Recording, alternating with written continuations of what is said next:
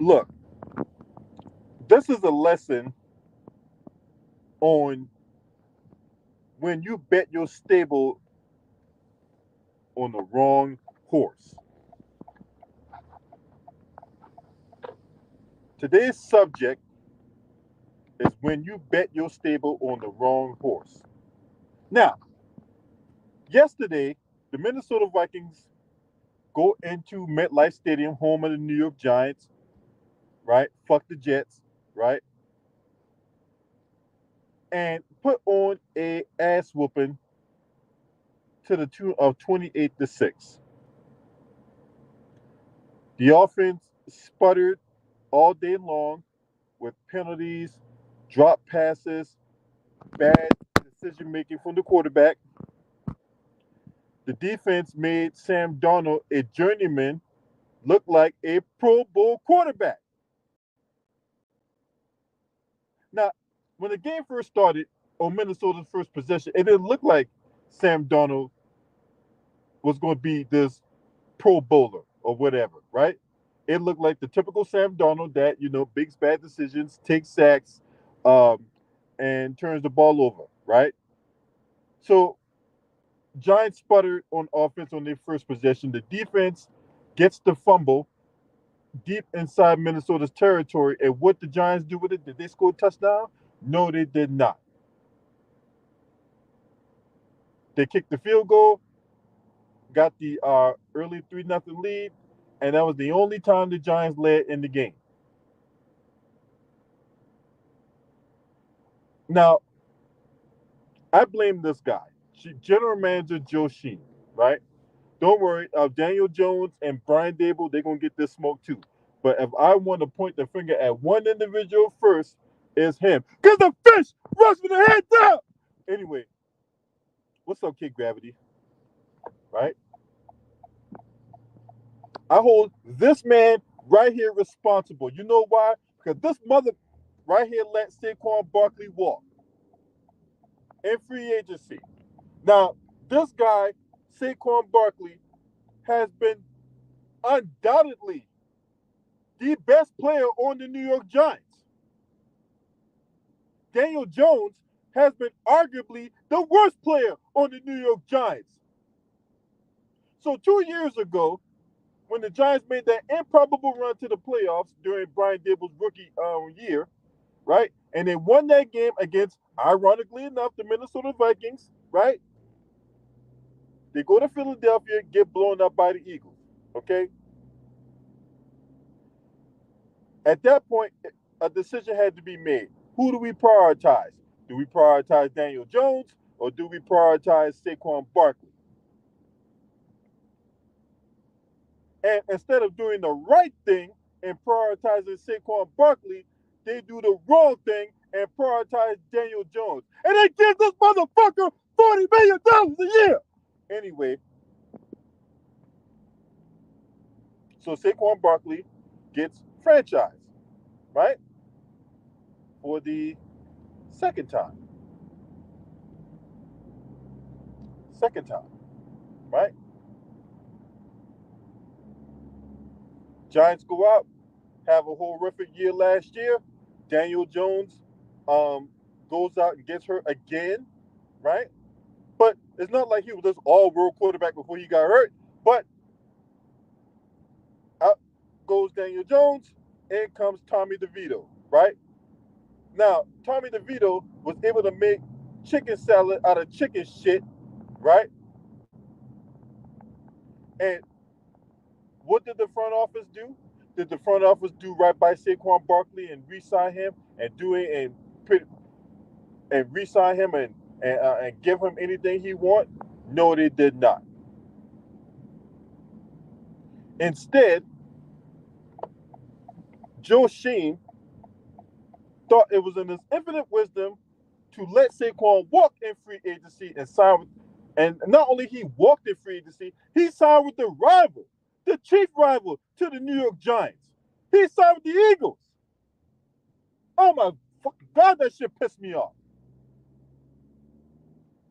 And what did the Giants do instead? They signed Devin Singletary. Now look, Devin Singletary is not a bad back. He's actually a decent running back. He does not Saquon Barkley. And then, what did Saquon Barkley do in his first game with his new team out there in wherever they were at? Like they were in Mexico, Brazil, or wherever like that. I don't know where the fuck they were at on Friday night when they played the Packers. But he goes out and scores 3 touchdowns by himself.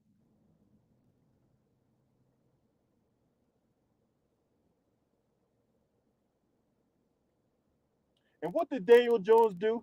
Right? What did Daniel Jones do after the New York Giants blindly put their faith in this man? What did they do? Huh?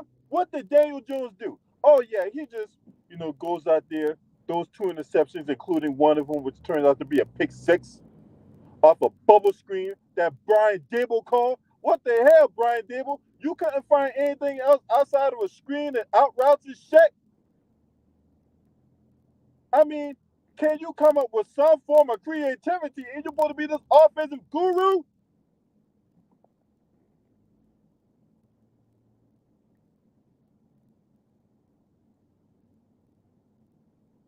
Look, we had all the Giants great,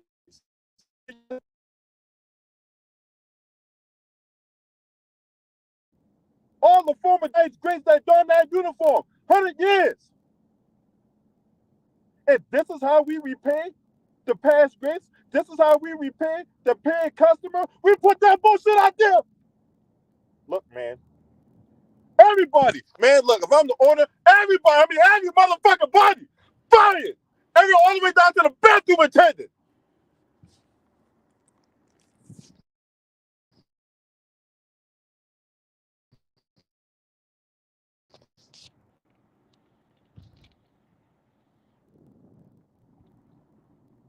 Swear to God, man. Swear to God, this was horrific. That was an unacceptable performance last night or yesterday afternoon. You had the crowd booing 6 plays into the game. You had the crowd booing them off the field at halftime. The only 2 things that was good about that game when it comes to the Giants was the weather and the pass grades that were there. That were the only things that was good about the Giants yesterday. Everything else, it was a complete shit show.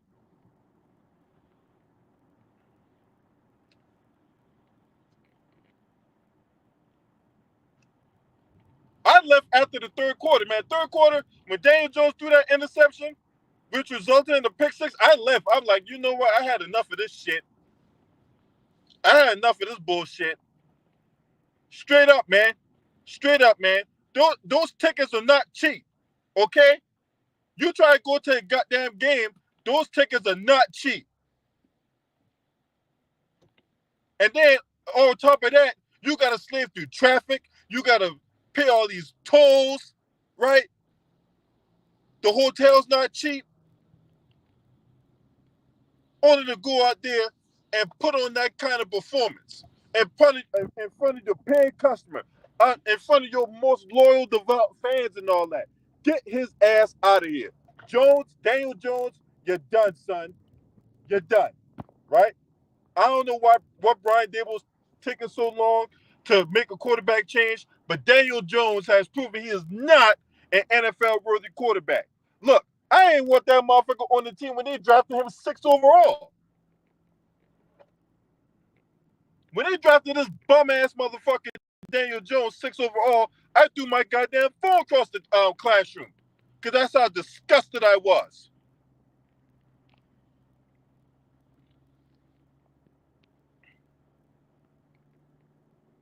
This guy right here, right? Dave Gettleman and all his infinite wisdom. I don't know what the hell Dave Gettleman was thinking drafting this fucking bum out of Duke.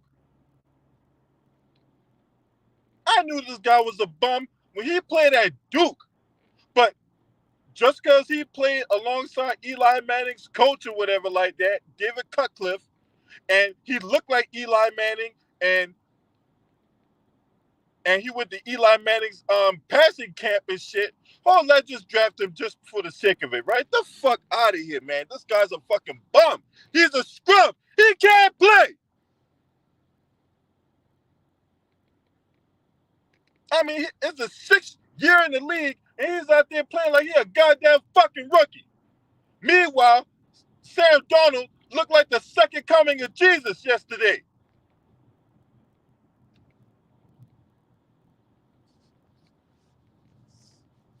I'm telling y'all, man, look, motherfuckers' jobs is on the line, man. You know what I'm saying?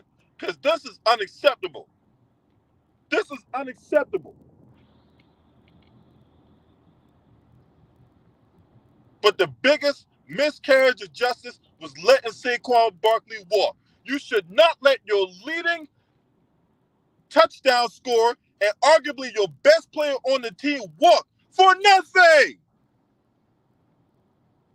And then he goes to a rival, the chief rival of the New York Giants and the Philadelphia Eagles. Why? Because Saquon Barkley felt that the organization did not do right by him. So, as a big fuck you to the organization, yeah, he goes signs with the chief rival.